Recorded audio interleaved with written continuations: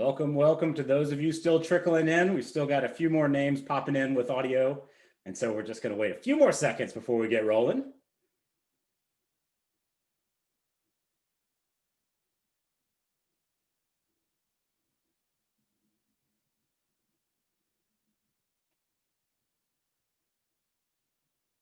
I think that counts as a few more seconds. It's time to roll. Good morning to everyone. I am David Yoakum, the director of the Policy Lab at Brown University, where we're working every day to apply science that improves life in our communities by way of better government.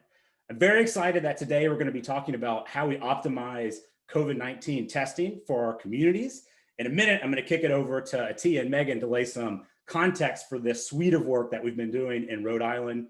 Kevin and Jonah are going to talk about some examples from our predictive modeling and kind of maintenance of COVID-19 dashboards. Nat's going to talk about a variety of surveying type work that we've been doing. And then you'll hear a little bit more from me on some of the design work that we've been doing around the customer experience of testing. So you're going to hear from a lot of the voices from us, the names I was just mentioning. This is a big body of work that has had involvement from a lot more people at both the Policy Lab and very importantly at the state, some really, really wonderful partners. And so warm thank you to all of them for their efforts and thoughtfulness in that.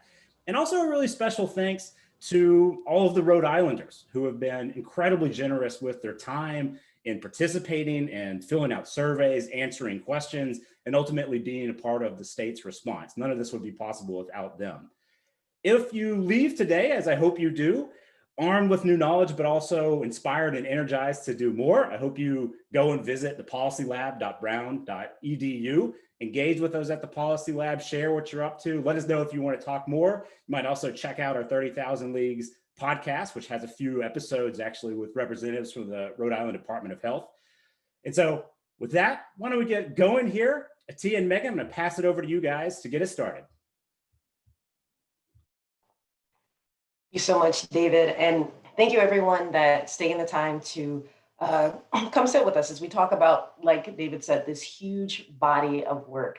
This really is a gigantic project that took a lot of different efforts. And if we're thinking about the long-term engagement with the state and with the university having done this work, it's really important that we lay down sort of the foundation, the context of what was happening even during that time, right? Because this year has felt like it's gone on for a lot longer than I think any of us expected. So very quickly, I want to just share with you guys some numbers.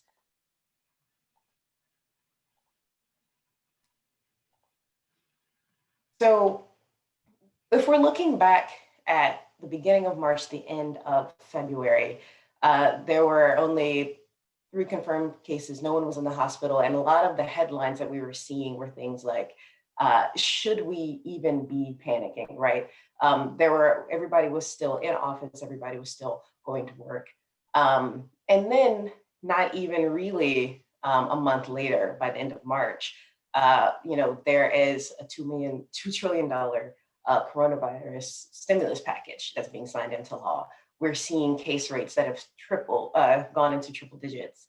And we're seeing folks that are being hospitalized. So if we're thinking about the rapidity at which this disease progressed, and then also its effects on Rhode Island, it's really important to keep in mind sort of that mental shift that all of us were going through, as well as the call then on the state to respond.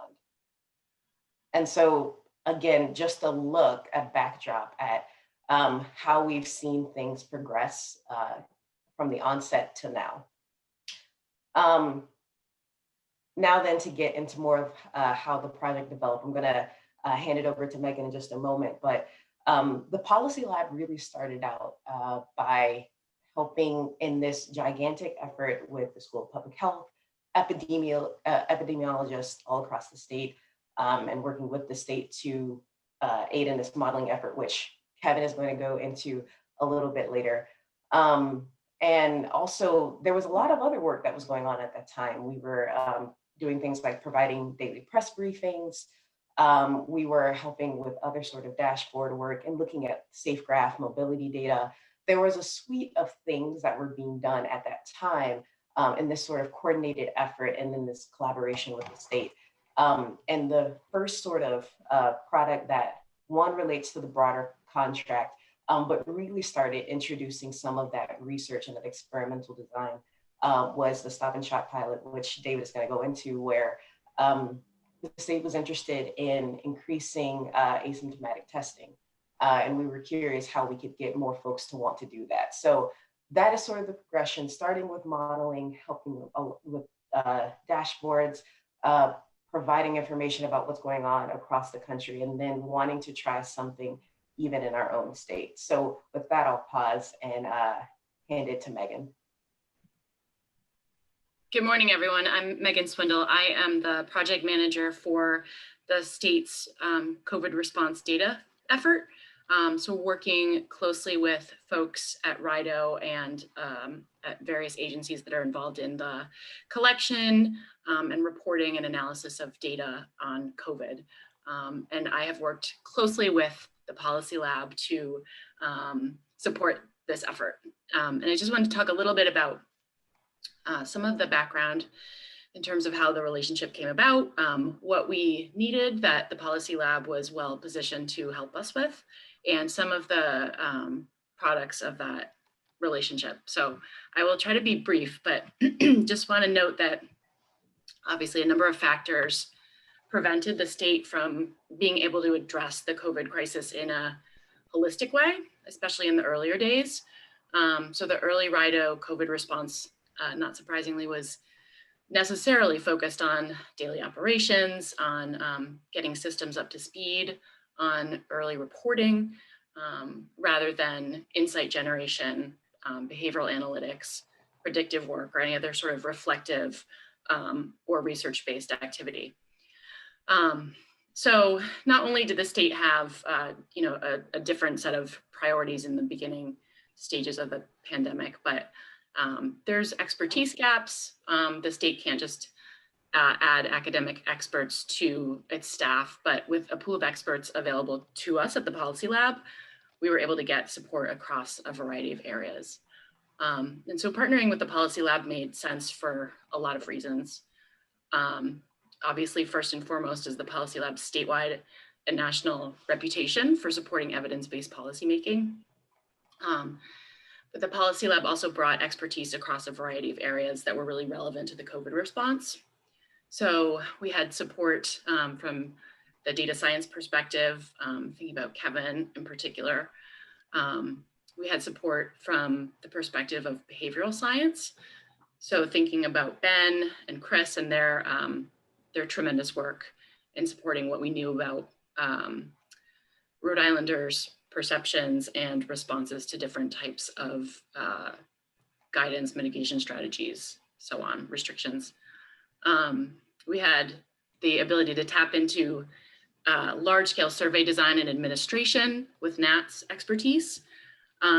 We had support in sort of learning what made sense from the customer experience perspective with Ben and Chris. And then we had Matt and Atia's project management skills, as well as David, Matt, Kevin's government relations and policy advising experience. So we really, I think we're extremely fortunate to be able to tap into all those areas of expertise quickly at the start of the pandemic. So I think folks probably also know that there's a longstanding relationship between Brown, the Policy Lab, and Rhode Island state agencies, especially within the EOHHS Secretariat. So that would include the Department of Health, the Department of Human Services, the Department of Children, Youth and Families, and so on. So that longstanding relationship was already there with a lot of trust and shared priorities between the Policy Lab and the state. And then the newly established relationship, I think as of March 2020, with the Center for Evidence Synthesis and Health for the COVID modeling support, which Kevin will talk about, and Jonah, really made the Policy Lab partnership an additional value add. So Kevin, as well as a lot of support from student interns, were able to support the modeling team in its work, in its critical work on behalf of the state. And I also want to say that this partnership really made a lot of sense because the Policy Lab and Brown have really been extremely flexible throughout the course of the partnership as the operational and the policy priorities have quickly evolved. Our staff at the state have not always had the capacity to provide the Policy Lab with all the timely decisions and data that they needed, but the Policy Lab has been excellent in sort of working with us through those challenges, and has been very flexible, and also just really a joy to spend time with and to meet with and discuss with. So I just want to finish up by saying that the products of the partnership have definitely in significant ways affected the state's response to the pandemic. So ranging from issues such as optimization of the testing sites, their design, their location, their layout, the support for the serology studies early in the response, as many of you I think will recall that that was happening probably, I want to say, in the early summer, and we had support from the Policy Lab in some of that design and analysis. We've had support from the Policy Lab in understanding not only the literature that is fast developing on the national level, but also understanding how and where Rhode Island's experience with COVID differs from other states, which has been extremely helpful. And then obviously, and most importantly, the products of the partnership have enabled us to develop the most appropriate policy decisions based on the modeling in particular. So for example, anticipating the summer and fall holiday effects, identifying when to enact the pause, anticipating hospitalizations based on case trends. Those are all critical pieces for the governor that she uses in making decisions about next steps for the pandemic response. And then our ability to anticipate the public response to these policy changes based on the survey efforts that the team has been involved with have been really critical. So there's lots more to talk about. I just wanted to give that perspective from the state and thank the team. This has been really an amazing effort and super critical to the state's COVID response.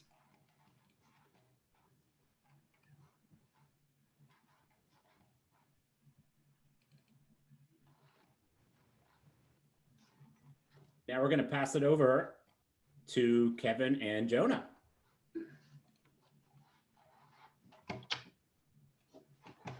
Great. Good morning, everybody. So let me get myself set up with some slides. I'll start and then Jonah can talk in some detail. But I'm going to set Jonah up here. I have to hit the buttons. Here we are. Great. Okay. So what I'm going to talk about is basically how as Megan nicely laid out, how the Policy Lab has been supporting the state's modeling efforts. So and I wanted to begin with like why data and why modeling is very important to things like the COVID response and many, many other tasks that government perform. And so I wanted to start off by putting up this diagram. I'm sure everybody here has seen similar diagrams, but basically a typical response, a COVID response workflow really should look something along these lines, right? You begin with a needs assessment. So what's going on that we need to fix or we need to address? You enumerate some potential actions that you could potentially take. You need to perform some sort of cost benefit analysis on if you perform action X, what the outcome of that action will be, whether on, say, the economy or, say, people's trust in government, or in this case, on, say, the prevalence of COVID as a disease. Finally, once you make a decision as to which action to take, you actually need to execute it. And once you're executing, you need to monitor that action's actual effects in the real world. You can plan all you want, but as we all know, sometimes things go haywire or don't behave exactly as you expect them to once they're in the real world. And so a lot of these steps really can use data in order to actually try to inform them. So typically at the Policy Lab, and especially in partnership with the School of Public Health, we've been really focused on sort of three potential aspects of this when it comes to data. One is the needs assessment. So what actually are the problems that we are facing right now, and what might the problems be that we're facing in the future? Trying to figure out the cost and benefit of these sorts of things. So, what are the, if we were to implement the pause, what might be the effect on the prevalence of COVID? So trying to do those kind of forecasts. And also trying to ask, what if we don't do the pause? What is the effect on, say, hospital beds and things like this? Those are the types of cost benefit analyses that we're performing. And finally, we want to do monitoring. We want to look at the actual effects of, say, closing gyms or closing bars or restricting activity or mask mandates or other types of actions that could be taken. These often go by the term nowcast in kind of the parlance of the day, but really looking at like the current actual effects on the ground and what's going on. So to do that, we need data, but it turns out there's lots of data. So anybody who's kind of opened up the COVID-19 data will see there's column after column after column: deaths, cases, positive tests, negative tests, what day it was on, how many times people have gotten tested. But beyond even just case data, there are things like housing data and economic impact data. So this, for instance, is a dashboard we helped build with the United Way of Rhode Island that looks at call volume of their 211 service, which seeks to connect people who are in need to services they might actually that might actually be helping them. So for instance, this dashboard showing that sometime in mid-July, there was a giant spike in requests for housing assistance with United Way. So this is another type of data that's out there beyond just basic COVID data that can help to inform the COVID response. And there's all sorts of other kinds of data. Mobility data has been talked about a lot. So as people are traveling from place A to place B, what actually happens to mobility data, like as people are traveling from place A to place B, given the current state of the world, whether what mandates are in place or the state of the disease. So that's a lot of data, and it's a lot of data for anybody to parse, including people like me who stare at data all day, much less people who need to actually make decisions. And so how really this all fits together is that the School of Public Health team, and Jonah will talk in a moment, has really been kind of sitting in the middle of all of this work. Data comes in from medical professionals who are performing COVID tests, treating patients, giving end-of-life care. That data flows into the Department of Health, who collates and quality controls it. And they define like what a case is and what a test is and all this. And that data flows into the modeling team, which is led by the School of Public Health, who really tries to answer these questions about these cost benefits, those kind of forecasts, and that monitoring, those nowcasts, like what's actually happening given particular actions that we take. And finally, that feeds in to our partners at the state, who actually have to decide what actions we'll take in the end based upon the best advice that we can give. And of course, all these arrows are not, they are not fake. They are in fact quite real and require a lot of time. And a lot of the Policy Lab's work, especially my work in particular, has been sitting in the middle of these flows. So we've been doing a lot of work specifically on improving data quality via improved design, exploring new data sets and trying to bring them in to the workflows, and as well automating and engineering a lot of the flows between these actors. It turns out that's also a lot of work, and I've been very proud of my team who's actually been able to pull off a lot of this work. But we wanted to dig in a bit into what the School of Public Health in particular has been doing. And for that, I'll pass it over to Jonah, who may have my name on this. Thanks, Kevin.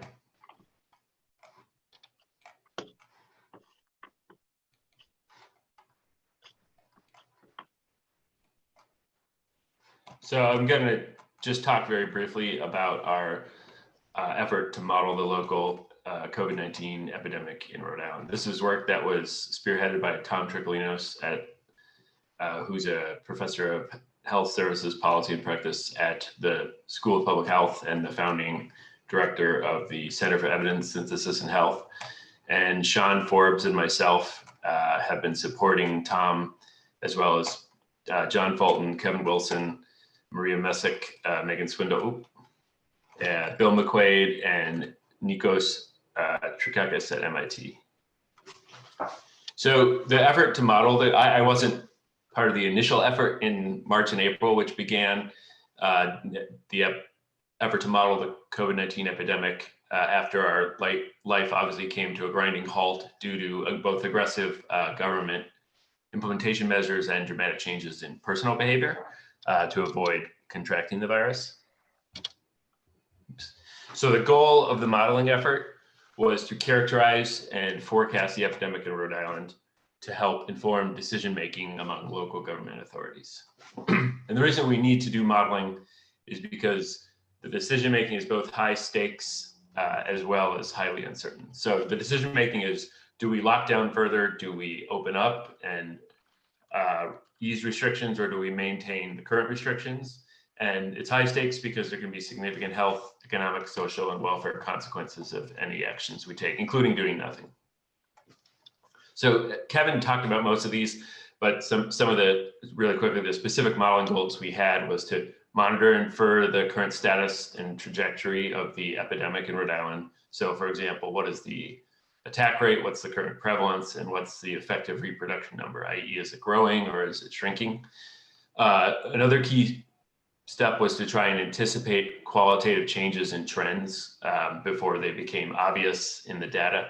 So for example, identify and flag a burgeoning second wave of the epidemic. That was what we were doing this summer and fall. In the late spring and early summer, we were looking at, are we slowing down? Can we start easing restrictions? And now obviously we're looking again as, are things getting worse or are we slowing down? We also sought to predict hospital bed and ICU occupancy and new cases and testing needs for the short-term future, so for example, a month or two, and to quantify and communicate the risk of hitting resource constraints in the near future. So for example, a common issue is what is the probability that, say, in the next month, we'll hit the maximum bed capacity in Rhode Island hospitals without any extra or any additional surge capacity. And more recently, we've been trying to evaluate the likely impact of potential lockdown and reopening scenarios and plan for vaccination efforts. So our modeling approach was to exploit the rich set of data that Kevin and Megan were talking about that we have been fortunate enough to have access to. And we use a set of Bayesian multivariate nonlinear regression modeling approach. So in order to match the data with the parameters governing the dynamics of the epidemic, we specify the mean model in the multivariate nonlinear regression using a compartmental model that most of you are probably familiar with. I'll talk briefly about that shortly.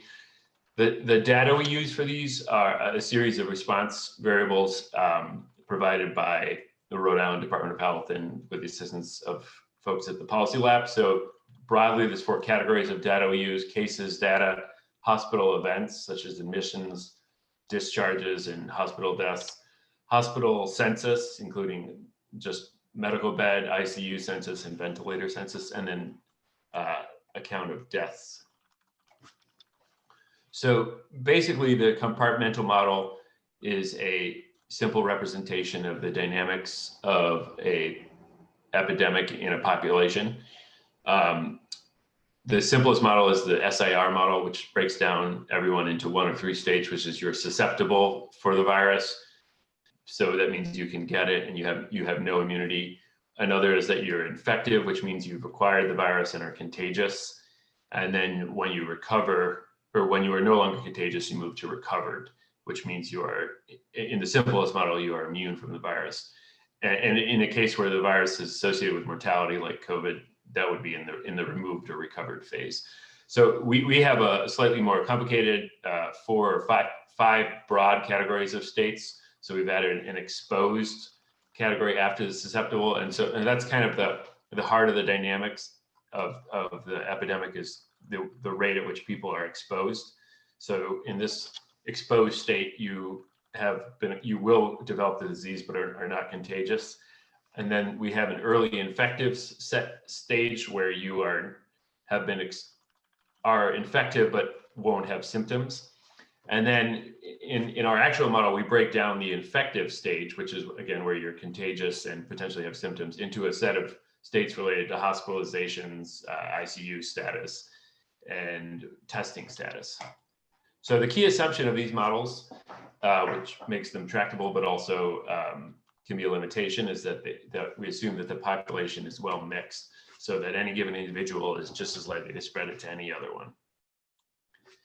So I want to comment quickly on two of the challenges we faced that everyone really has faced when using compartmental models to try and characterize the COVID-19 outbreak. One is that if you fit a simple SIR model or more complicated compartmental model, you have a basic reproduction number, the R naught, and you have an assumed rate at which people interact. And if you run the model into the future, it essentially runs wild through the population and everyone gets it up to the point of herd immunity. But clearly that didn't happen because of policy and individual level behavior. The spread of the virus was slowed down. So for example, when the epidemic is raging, the media is talking about overrun hospital capacities, people stay home and the governor implements restrictions. So this is a complication to the dynamics of the model, the dynamics of the epidemic that we need to incorporate in the modeling. And then the other issue is that much of the mortality and morbidity burden of COVID-19 occurred in nursing homes and assisted living facilities, even though this is a small proportion of the population. And these populations are not well mixed, but they are very susceptible. And if you don't account for this, it can lead to misleading inference about attack rates and prevalence. So to address the first part, we modeled, which again was the fact that the epidemic didn't behave as a simple SIR model would predict. We modeled a dampening of people's behavior, which essentially means a reduction in the transmittable contact rate or a reduction in the R naught. So we could anywhere down to 0, where the virus was not spreading at all, to 1 being where normal transmission was occurring, as in the early days of the pandemic. So we allowed this dampening function to vary from day to day to improve the models, the fit of the model predictions to the data. But in order to make estimation and forecasting tractable, we used an autoregressive structure. So in addition to the immediate state, we incorporated past deviations from an assumed equilibrium-like state of behavior to induce periodic behavior in the model. So the basic intuition here is that we observed that cases would start to rise over the course of the epidemic and then go down, and then cases would go down and then they would go up. And so the thought was that essentially through policy and individual choices, people are responding to sort of their perceptions of what's going on. So if the epidemic is raging, people back off, and if it seems like everything is fine, like maybe certain parts of the summer, people start to relax their behavior. And we fit an ensemble of these dampening functions, which essentially creates an ensemble of different models. And the variation so here's an example of a model dampening function for one of the models. So 0 being pre-COVID times when everyone's acting normally, and 1 being a total lockdown. To address the issues with nursing homes and assisted living facilities, we separated out the general population from congregate care model. So we used the compartmental model to characterize the general population, and we used a set of statistical models to forecast congregate care hospitalizations and deaths. So originally, here's an example of the congregate care data, which was red, and the general population. So originally, congregate care accounted for up to 80% of deaths, so it was very important to include them. But at the same time, the number of cases was not a large part of the population. So we used initially the general population outbreak was able to predict the congregate care outbreak in terms of hospitalizations, but this behavior has changed over time, probably due to extra restrictions at nursing homes. So here's just an example. I am running out of time, but here's an example of our model predictions and fit of the hospital census over the course of the epidemic. And here we have cumulative hospitalizations. So I wanted to end real quick by just noting, so one question is, if we're forecasting the epidemic, how are we doing in terms of predicting the future? So here I show 4 different plots of 2 different model scenarios predicted at where the gray data is the last day of, the gray line is the last day of observed data. And then this shows the model prediction. So based on the data in which the predictions were based, and then the black dots are the data. So we've added future data, or data after the fact to the model predictions to see how they're doing. So here we had the last day of observed data on the 8th. And so the model is actually doing quite well in its forecast. Here we have the 13th and the 20th, and then the most recent one for which the model was fit on with the last day of data at the end of November. And here are our predictions going forward. And then, sorry, this is hospital census, or the occupancy of medical surge beds in the current Rhode Island hospital system.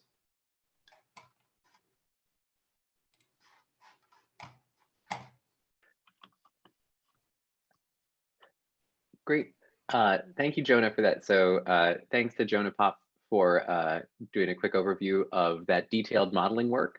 And again, the point of this is really to be able to give those charts as well as interpretation of those charts to going from, taking all of the data that's coming in, all of those death data, all that case data and everything else, and actually being able to interpret it in a way that's useful to those decision makers. So taking those future predictions, if we continue on this trajectory, what is the most likely scenario of our hospital bed capacity, as Jonah showed you at the end? What is the most likely scenario of our the number of people who are going to get COVID or potentially be severely infected and potentially, unfortunately, to die? Those are the types of numbers that we're trying to take all that data that's coming in, being able to package it into those types of things for the decision makers at the state. So with that, our time on the modeling side is up, and I will pass it over to Tia, who will start us off to talk about, we've talked a lot about quantitative data, and that's one half of the equation, but there's also a lot of qualitative data that's very important to inform this response as well.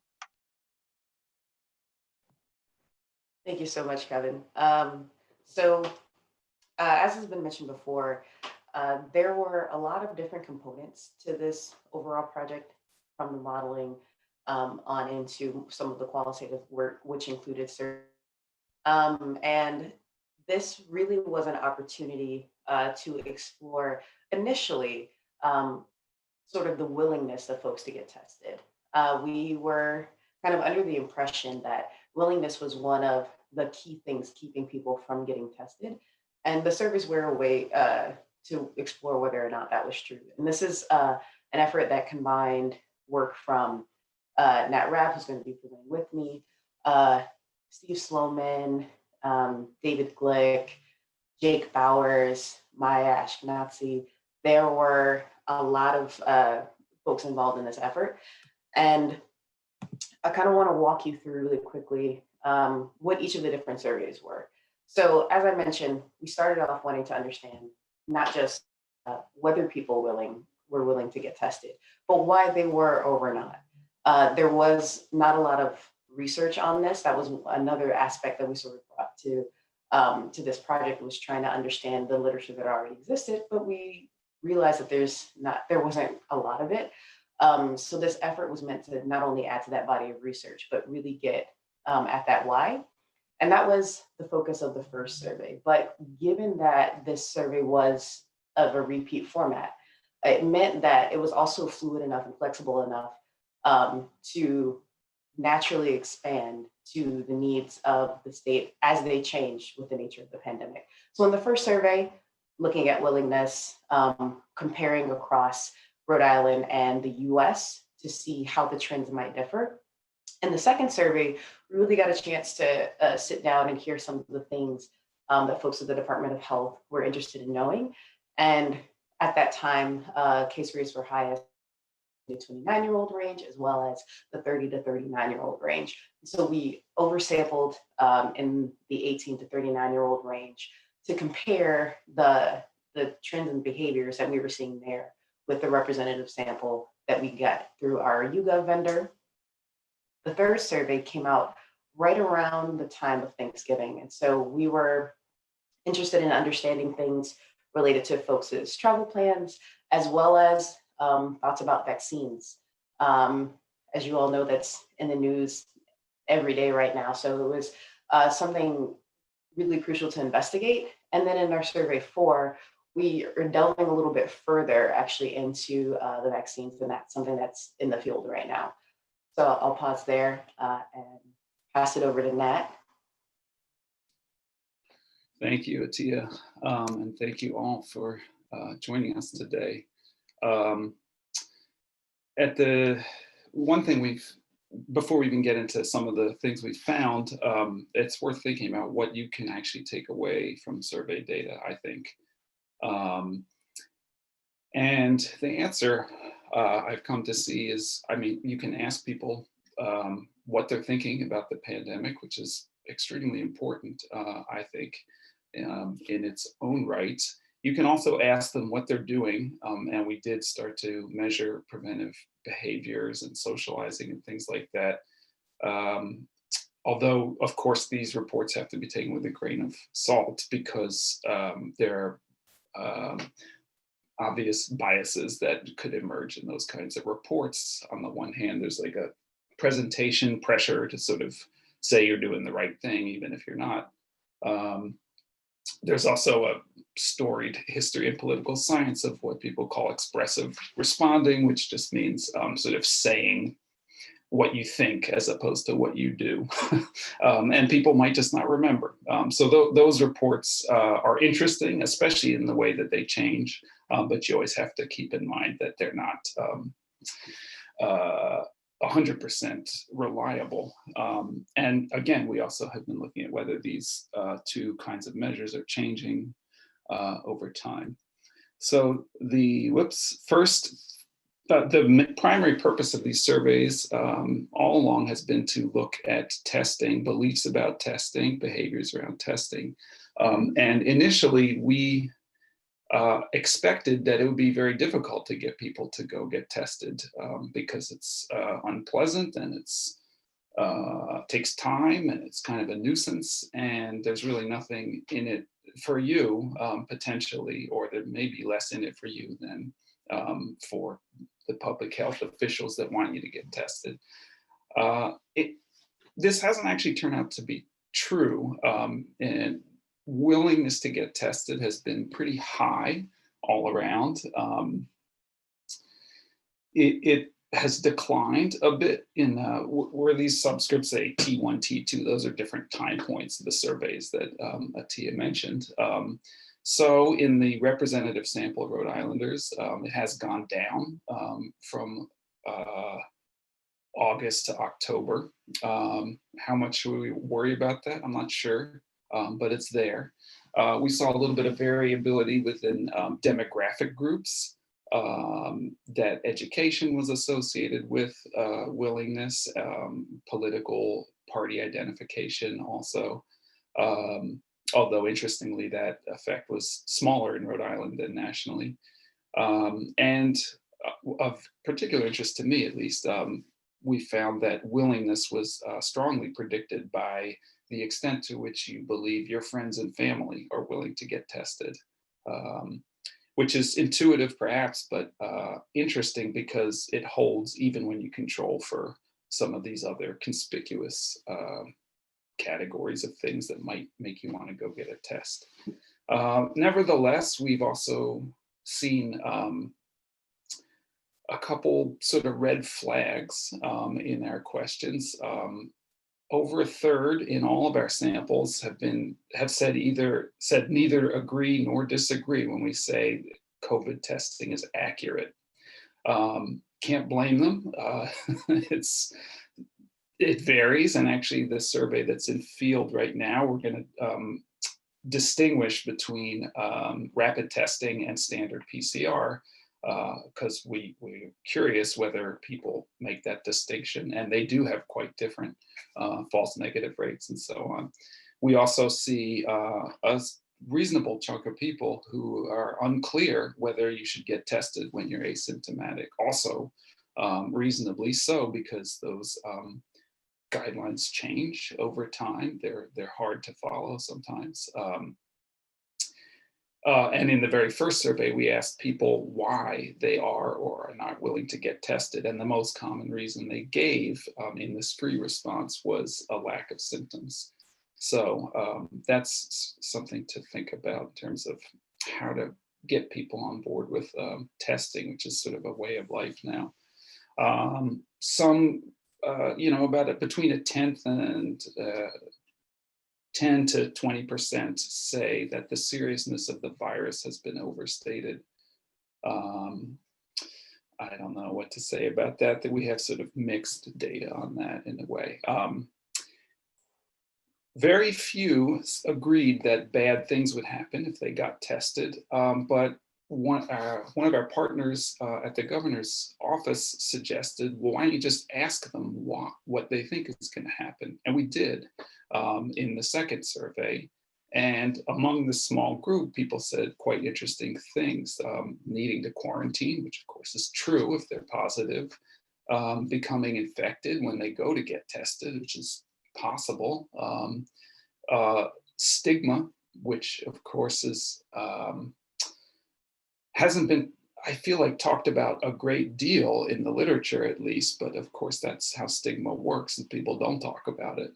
So it's something we should think about, how much that's going on. And other people said they might die or become sick if they get tested, which is a bit odd, but it does show that there's some people are worried about this. So as Atia said, we've adapted the survey format to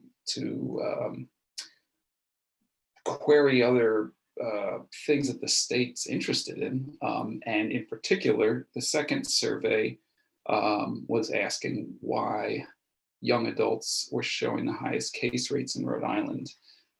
So we measured a bunch of preventive behaviors, again with the grain of salt that people may or may not be accurately reporting. But what we found that really stood out was that this age group reports wearing masks with their family and friends at the lowest frequency relative to everyone else.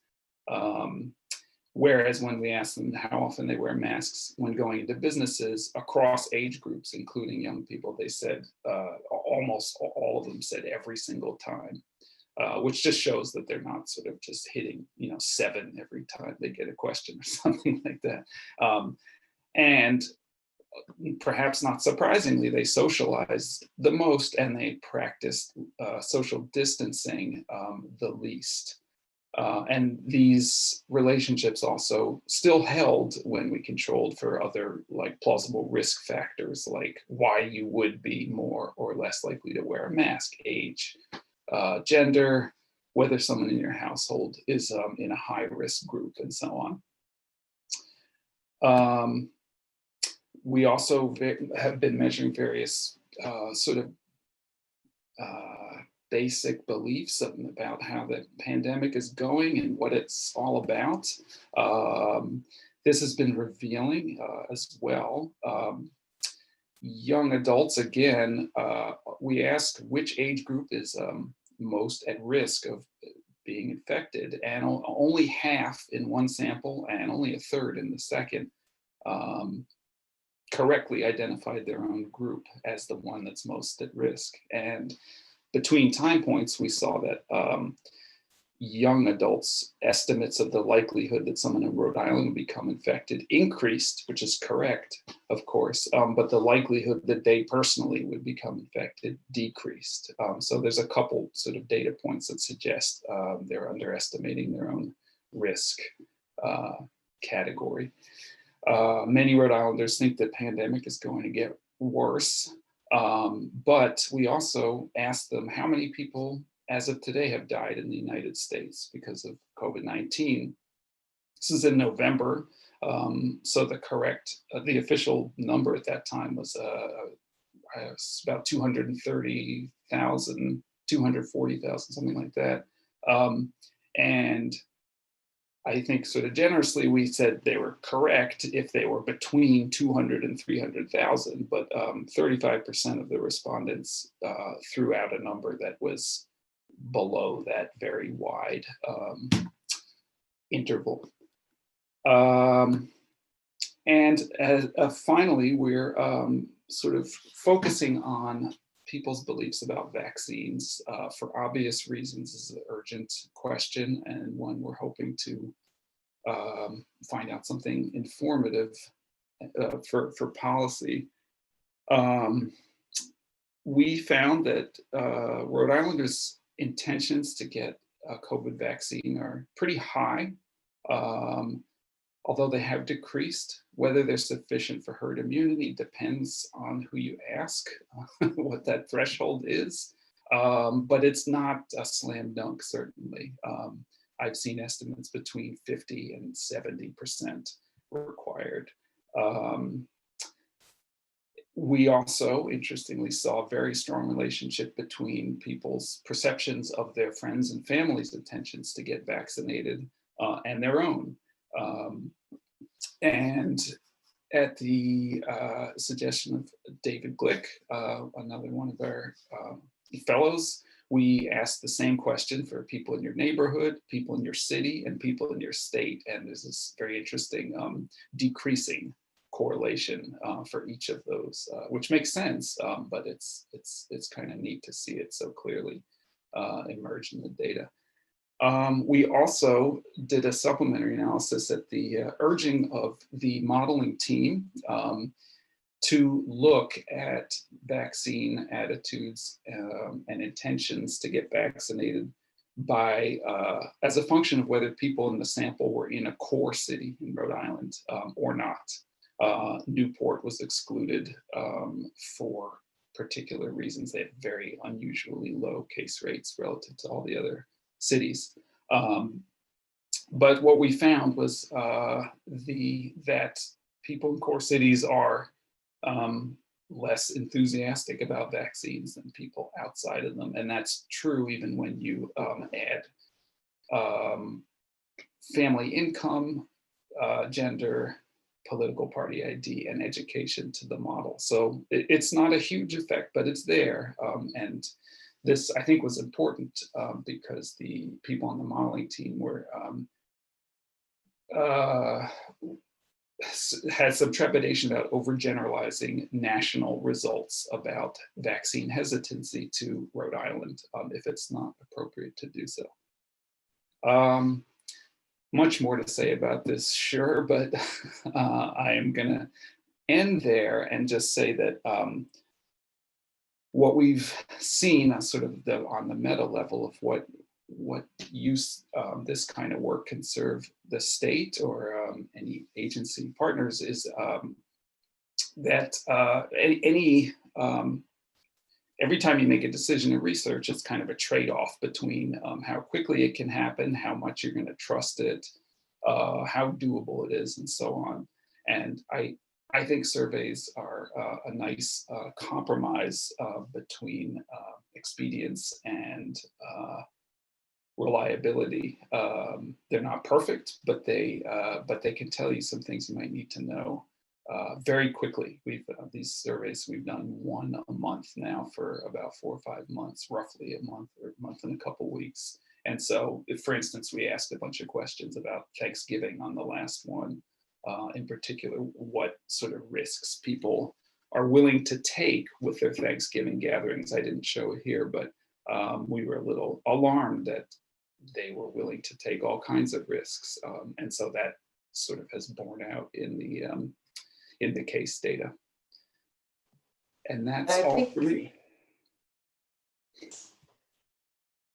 To add that a lot of the findings that come from the survey tend to seem sort of obvious at first, But surveys do, as Nat has described, kind of sit at this intersection of like what is anecdote and what is like undeniable fact. It sits in that middle to say that we know more than anecdote, but we would want to do more work, or we would want triangulate or to read at the why and sort of the crux of the issue.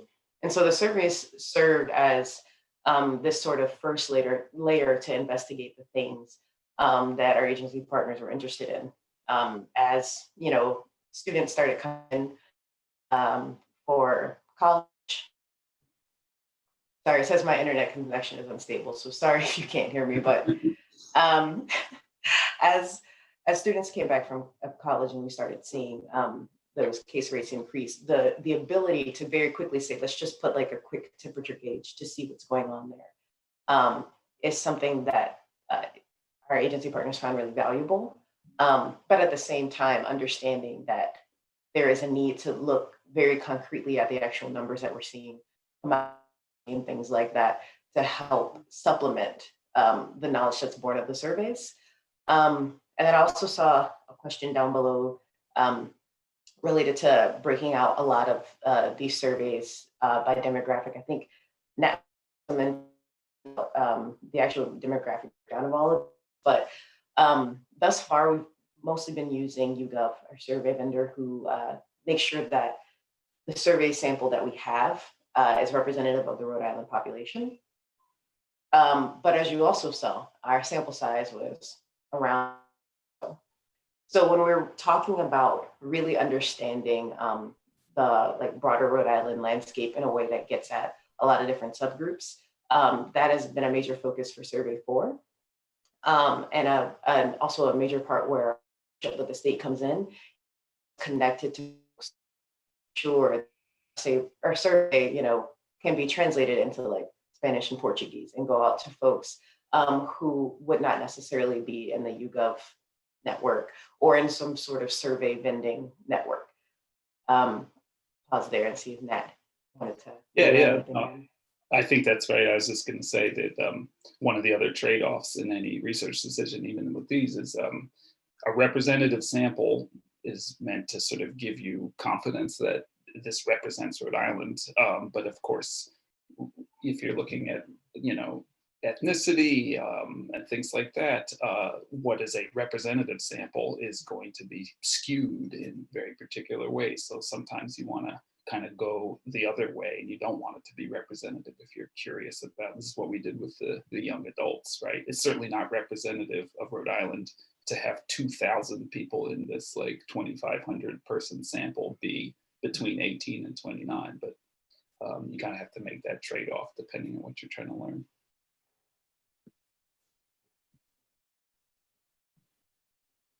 All right.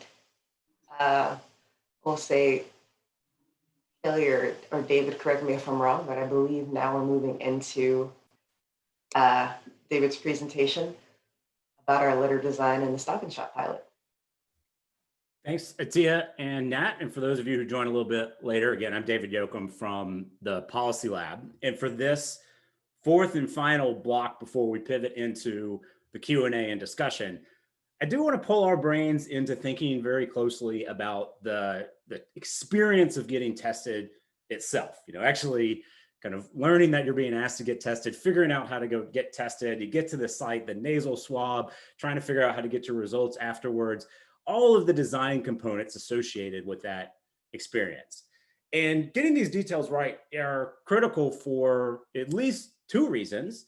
On the one hand, if you think about all of that data dashboarding and that modeling that's so critical to sort of surveillance and prediction decisions that are informing policy choices, that relies on actually getting the testing data. And so if people are unable or unwilling to get tested, you dry up the data stream that's feeding into that. And then on the other hand, and secondly, if we're actually asking individuals to go and get tested and to sort of assume that burden, I think there's a real responsibility to make that experience as seamless and easy as possible.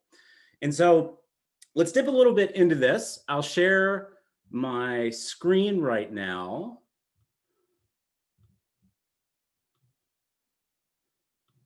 To cue this up.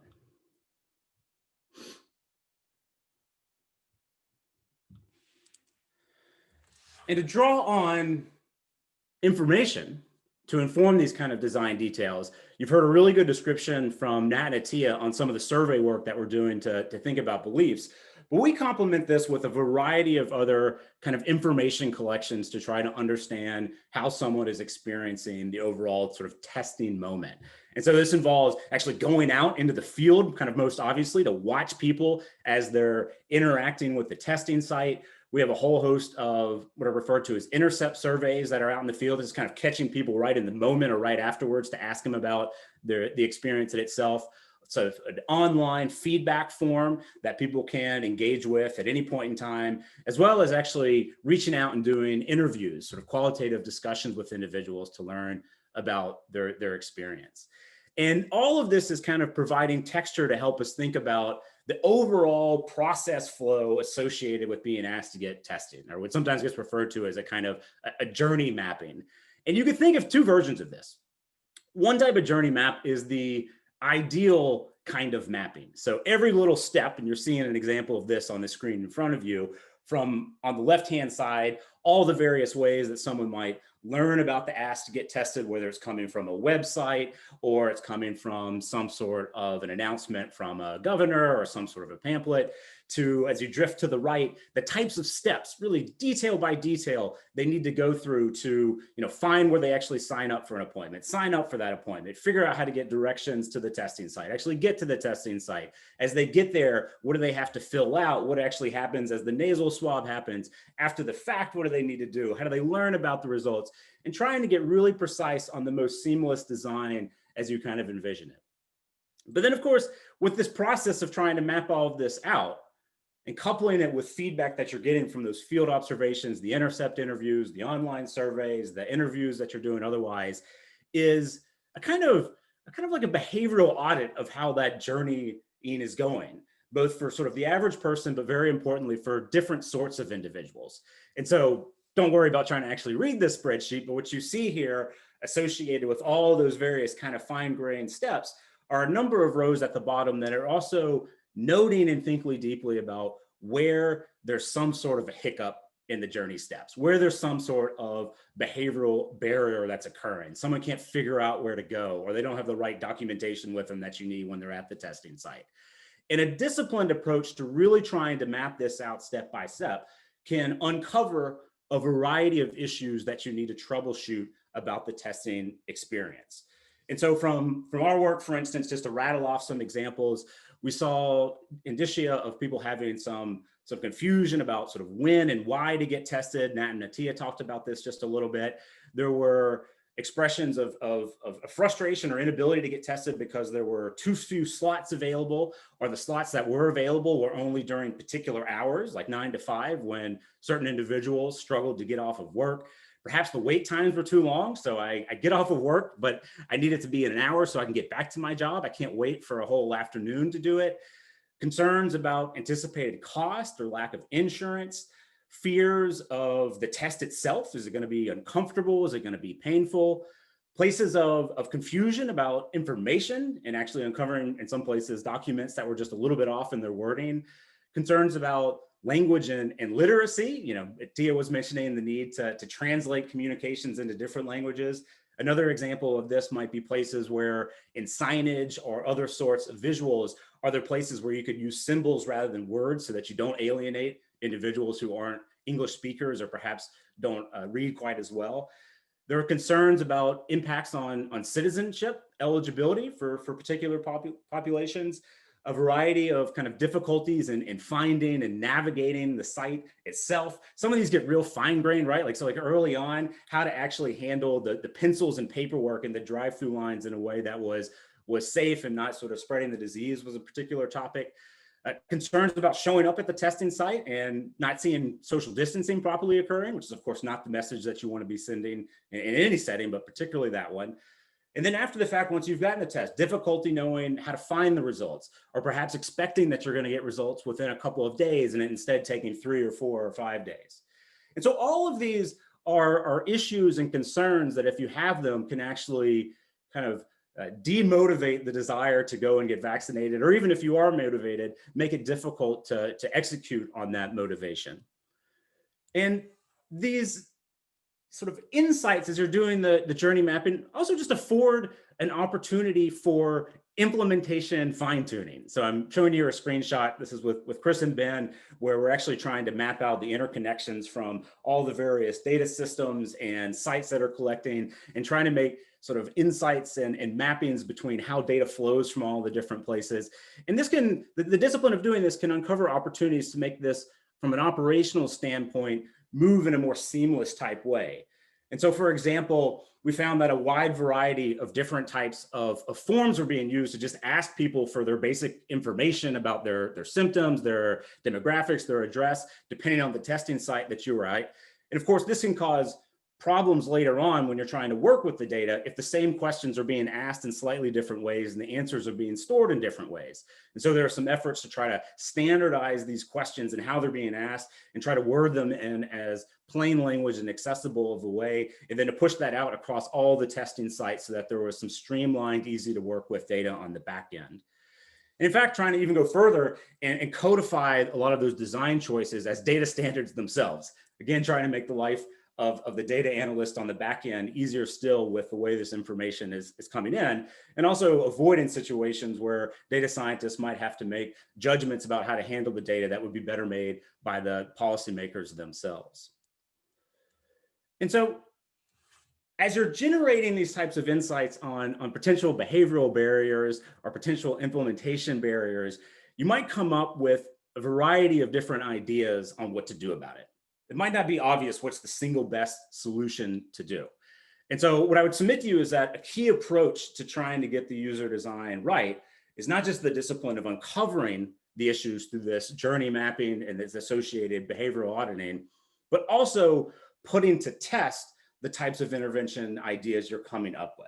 And so this is a place where doing so-called A/B testing or field experiments becomes a critical part of the approach. And it simply means trying out multiple things at the same time and trying to rigorously measure which ones are working best.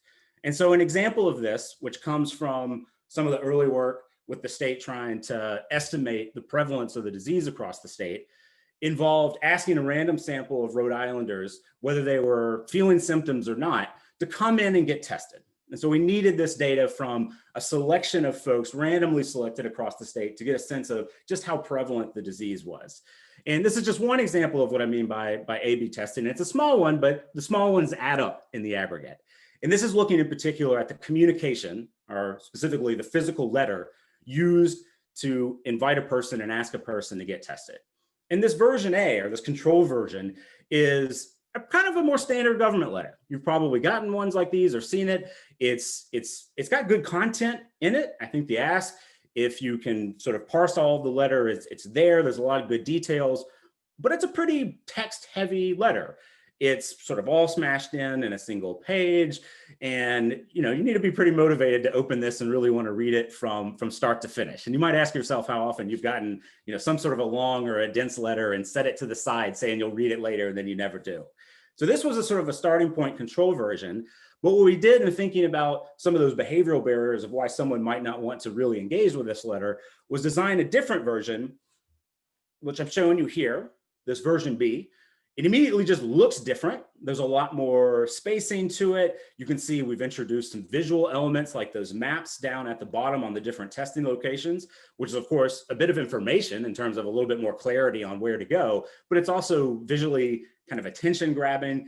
You see some boldening on key parts.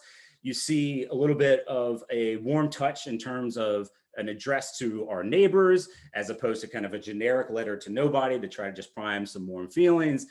And all of the same details from the first letter are actually still being provided. Those are kind of important disclosures about an individual's sort of rights and responsibilities in getting this letter. But a lot of those fine-grained details are actually just moved to the back of the page here, and some restructuring to actually organize it in terms of particular questions. So what'll happen during my visit? Do I have to participate? What's the purpose of this? What are the types of tests? And the thought is the front of the letter is shorter, but can hopefully get a little bit faster attention for really what we're asking a person to do to kind of keep them engaged with the ask. And then if they want to dive deeper on particular details or questions, they're completely empowered to do so on the back of the page in almost a menu way where they could choose the questions that they want to follow up on. And so these two letters were put to a head-to-head test, an A/B test. For any given individual, you can imagine sort of flipping a coin. And if it's a head, you might get that version A control letter. And if it's a tails, you get the version B letter. And what that allows us to do is compare these two groups that have gotten either the first or the second letter and see which group on average is more likely to show up and get the test. And what we found in this instance was that those who received the letter that was redesigned based on some of those behavioral insights we uncovered, they were in fact more likely to get tested. The control letter, about 7 out of 100 people would show up, whereas for those receiving the redesigned letter, it was about 10 out of 100 folks. So, in isolation, this is not a huge effect, but it is a meaningful one. This is a meaningful handful of individuals. But again, stepping back, the key point that I want to make here is that this is just one illustration, just a single letter. And if you step back and think about all the variety of communications, all the variety of design choices that are happening, and you're having the discipline to do this type of approach in testing and getting a lot of these small marginal effects, they'll start to add up on the aggregate. And this is relevant, I'm gonna turn off my screen now, of course, for those of you working to further refine the testing sites that you have right now and will continue in operation. This is, of course, also an approach that's immediately relevant for our thinking about the planning on the vaccination campaign whenever it comes. And getting these design details wrong, again, can stymie the uptake of the vaccination if we don't get it right. And for whatever reason, these design issues, particularly in the kind of physical components, I think sometimes get a little bit of short rift. I think it might be because it's an issue that sort of falls between the sides of the house, if you will, that are dealing with the supply of testing or soon to be vaccinations and the demand side of those two. And what I mean is on the supply side, it's plenty hard enough figuring out how to manufacture the test, how to get them physically distributed, how to actually manage the supply chains and movements of the results. I think that can lead to a lot of attention on just kind of in a binary way, getting the availability of a test to exist or not. And you might not have a lot of time, or it could seem like a luxury to focus a whole lot on the implementation details and nuances and how a user experiences it. And then on the sort of demand side of the house, for those who are often in communications teams who are thinking about sort of the arguments and words that are being used to talk to the communities about the need for testing or coming down the pipeline, the need for vaccination, they often don't control day-to-day those logistic details. And so don't think about them so much.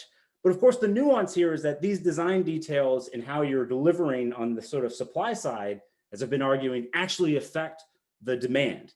And above and beyond just beliefs about the value of getting tested or the beliefs about getting vaccinated, those details of it being easy to sort of sign up, realizing how to get your results, all of those things can influence the demand. And I think we feel this every day. If you just think about how much attention that, say, grocery stores or 7-Elevens put in the design of their physical layout as you walk in, wanting it to be pleasant, the placement of items being really good, that's trying to get you to have more demand for buying those things. Or going into resale stores like Target or Walmart. There again, a lot of effort goes into thinking about the layout of the store and the sort of experience of navigating the store to try to again stimulate that demand and comfort and satisfaction with the shopping experience. And I think we need to keep doing more of the same when it comes to the testing and ultimately the vaccination coming down the pipeline. So that's my pitch for hopeful consideration from everyone. And with that, this ends our sort of formal presentation stage, and we can start to open it up for discussions and Q&A. And I think it's actually my job to stay on and moderate that. And so maybe I'll come in and pick a question already in the Q&A hopper, which if you haven't thrown your questions in, please start doing that. This is one coming from Ken Gould, and I think this is going to be for Kevin and Jonah on the modeling side. Given the variability in state responses, is there any value in kind of post-mortem model that looks at the predictive variables across states and say hospitalization model? Kind of how do we learn from what's been done to date and across the board? It's a great question, Ken. We think about this a lot.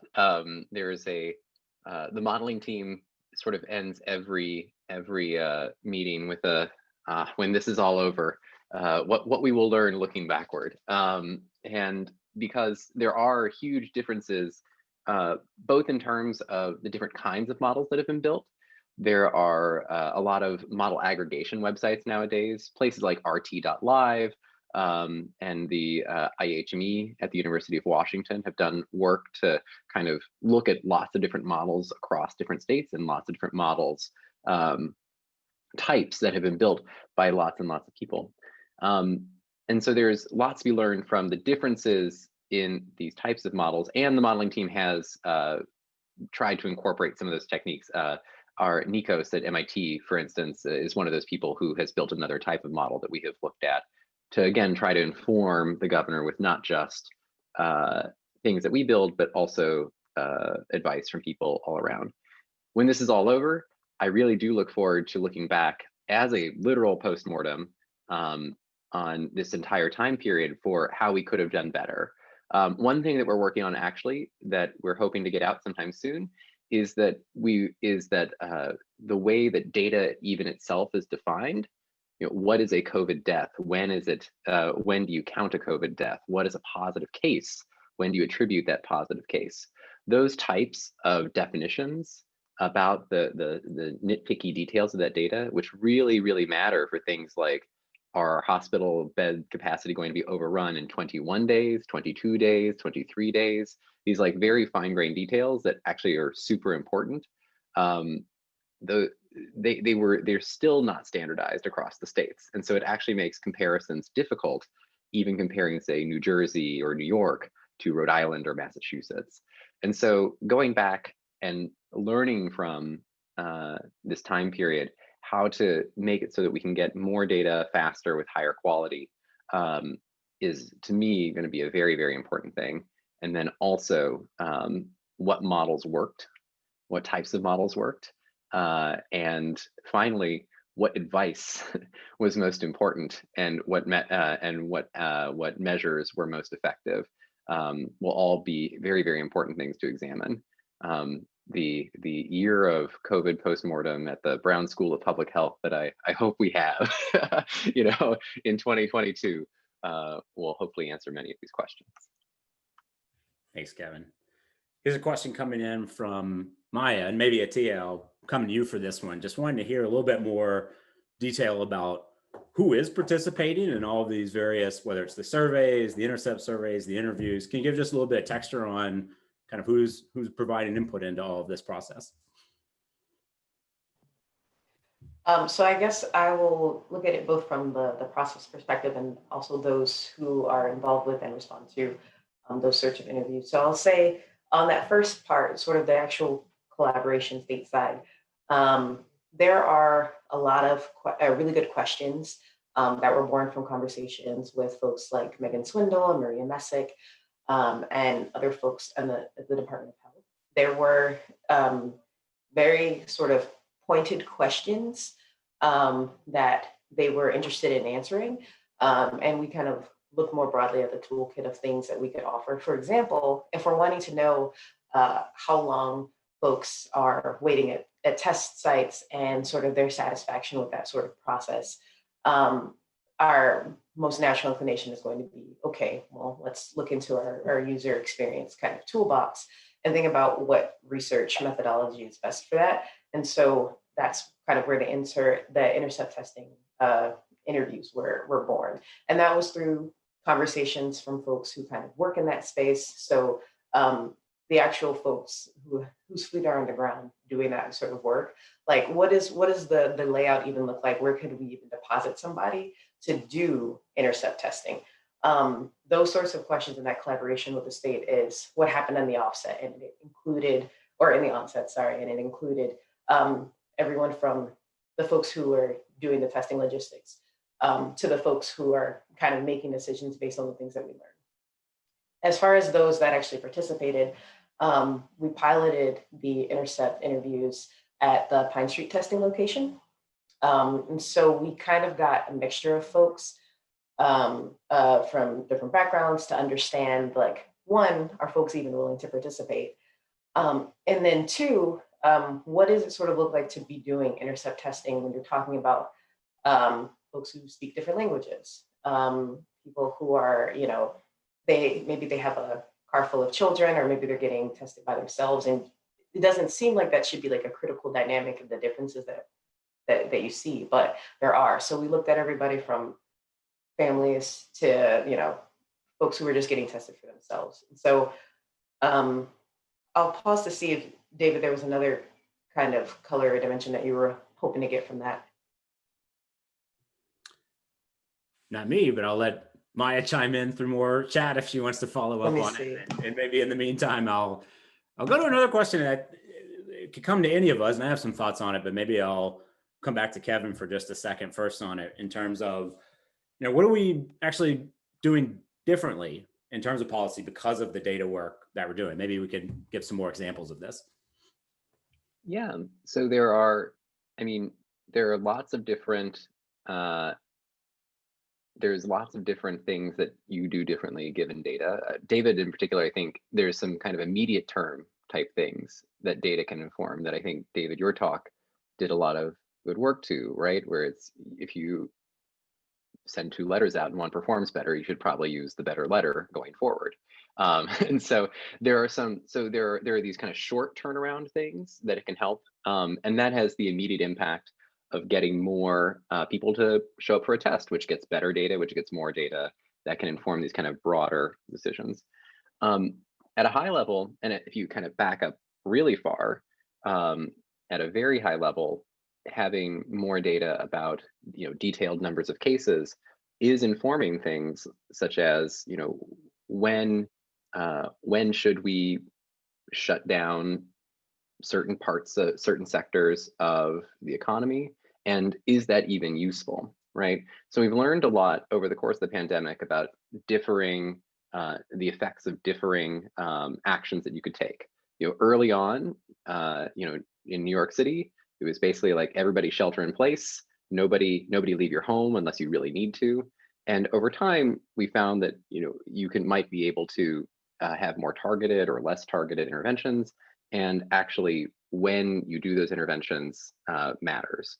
And so being able to be more targeted in your actual the things that you do and when you do them are really important. Moreover, we also see things like where we might need more resources. So for instance, if you see that your hospital bed capacity is, as we've gotten better at treating coronavirus, so you might see things like, we don't need to cancel all elective surgeries, right now, because these are, our bed capacity has in fact, it can withstand more cases because we know better how to treat this. And so those types of really detailed decisions that rely on things like, well, literally how many ICU beds do we have? What % of people who get coronavirus end up in an ICU bed eventually? When will they end up in that ICU bed? Those types of things can inform, do we need to shut down elective surgeries and those types of measures. And elective surgeries, of course, are not, they're elective in the sense they don't need to happen literally right now, but they are things like, surgeries to remove a cancerous tumor and things like this, right? Like they are not necessarily not important to do, but they just simply don't need to be done right now. And so delaying them, it has a huge impact on quality of life and medical care and things like this. So that type of data really does help target these interventions and help tell us when we should do things and also what might be effective. Thanks, Kevin. I think that hit most of the main buckets there. So maybe I'll go then to a question from Lynn, and maybe I'll queue up Nat to start weighing in on this. And the particular question is whether kind of spatial information is being considered to start thinking about the placement of vaccination sites. And we, of course, spent a good amount of work trying to help think about the placement of testing sites. Actually, Edward, who just chimed in on the chat, did a lot of legwork on that front and figured out how to do things like where to actually send the letters that I referred to and get the hack right on the addresses for that. So Nat, what do you, maybe on that particular issue and just in more broadly in thinking about what's coming down the pipeline on the vaccination front, what are some of the lessons from the testing advisement we're doing you think need to be front of mind as vaccines start to get rolled out? It's funny, I saw this question, I was like, I wish Edward was here because really he should answer this, or possibly Cavid. The question is very specific, like are we using, as far as I understood it, mobility data to determine where optimal sites should be. So I don't know anything about that, but maybe Kevin could say a bit more about it because they have been trying to do that in other contexts. Yeah. We personally are not, we the Policy Lab are not currently using mobility data to advise on that particular question. However, that's a great idea. I think to give an example of something we did do in the past, that was an idea from the testing team at the state. So Matt Vargas at the time, as others, was to try to place testing sites at places where people were. And there's been a lot of great work from people like Will Goodell at the Brown School of Public Health, as well as Ben Jacobs at the Rhode Island Department of Health, to really dig into questions of, for instance, what is the typical distance people are from a testing site who show up, right? So, if your testing site, there's kind of an obvious theory that if you're closer to the testing site, if you're only half a mile from the testing site, you might be more likely to go to it because it's easier to get to. And there are all sorts of interesting, and so early in the pandemic, we were putting testing sites at Stop and Shops, which is where this Stop and Shop analysis originally came from, on the theory that, well, everybody has to get groceries, so people will pass by there. And since then, more refined thing, there's lots of different testing sites that have sprung up across Rhode Island. Private testing sites have also become very important. And so there's been a lot of work, again, not the Policy Lab directly in this most recent time, but inside of the state around, trying to examine, are there gaps in those physical spaces? And they have in fact informed, testing site placement. It's a great point about the vaccine distributions. Again, we personally are not advising with that particular thing right now, but I will take a note and definitely bring it up in our next meeting to ask that question. And now, stepping back even further still, though, I mean, this is an issue that there's some awareness on in terms of trying to get it right, but I think there's a lot of legwork that needs to happen on it.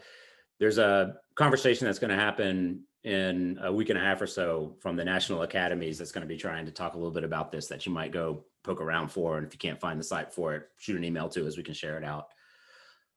Here's a question from Jim, and it's probably going to come to Kevin, my shorter version of the text here. I think the gist of it is that there's some work from Jiang Lin out at Harvard showing that with face mask wearing, you can get the R naught to go down some, but it starts to flatline out if you don't couple it with isolation and quarantine. Are we seeing the same things here?